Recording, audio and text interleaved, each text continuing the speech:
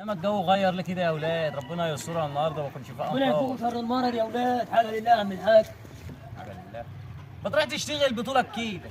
يا عم الحاج انت هتديني ولا مش هتديني؟ حاجه لله. انا هدي لله مش هدي لك انت. خد. الله يسترها معاك دنيا واخره. امين يا رب، امين يا رب. ربنا يديك الصحه زي العجل كده وتروح تشتغل.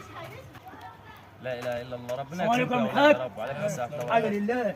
انت مش كنت لسه هنا من شويه ولا متهيألي؟ يا عم صلى على النبي، ده انا بس اول كنت مره هكلم الزجلابيه يا اولاد. أيوة. انا خلصت معيش فك.